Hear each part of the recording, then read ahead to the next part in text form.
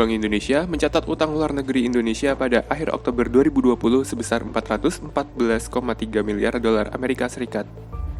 Posisi utang luar negeri tersebut naik 3,3% dibandingkan periode yang sama tahun lalu. Kepala Departemen Komunikasi BI, Erwin Haryono, merinci utang tersebut terdiri dari ULN sektor publik sebesar 202,6 miliar dolar Amerika Serikat dan sektor swasta sebesar 210,8 miliar dolar Amerika Serikat. Adapun utang luar negeri pemerintah juga alami kenaikan 0,3% yang sebesar 199,8 miliar dolar Amerika Serikat. Perkembangan utang luar negeri pemerintah dipengaruhi oleh pembayaran pinjaman luar negeri pemerintah di tengah kembalinya aliran modal asing di pasar surat berharga negara.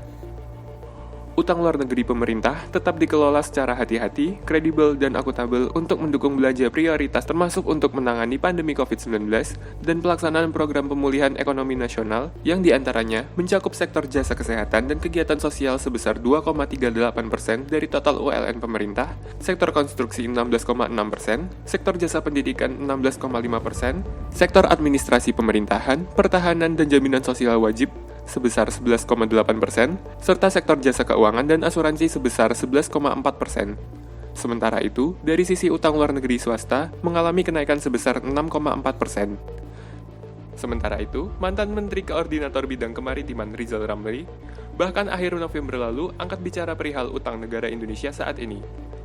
Lewat jejaring Twitter miliknya, Rizal Ramli menyentil Presiden Jokowi. Rizal Ramli menyoroti bunga utang yang kini makin mahal. Untuk sekedar membayar bunganya saja, Indonesia harus meminjam utang lagi ke negara lain. Kemudian, Rizal Ramli menyebut pemerintah Jokowi bak pengemis utang bilateral.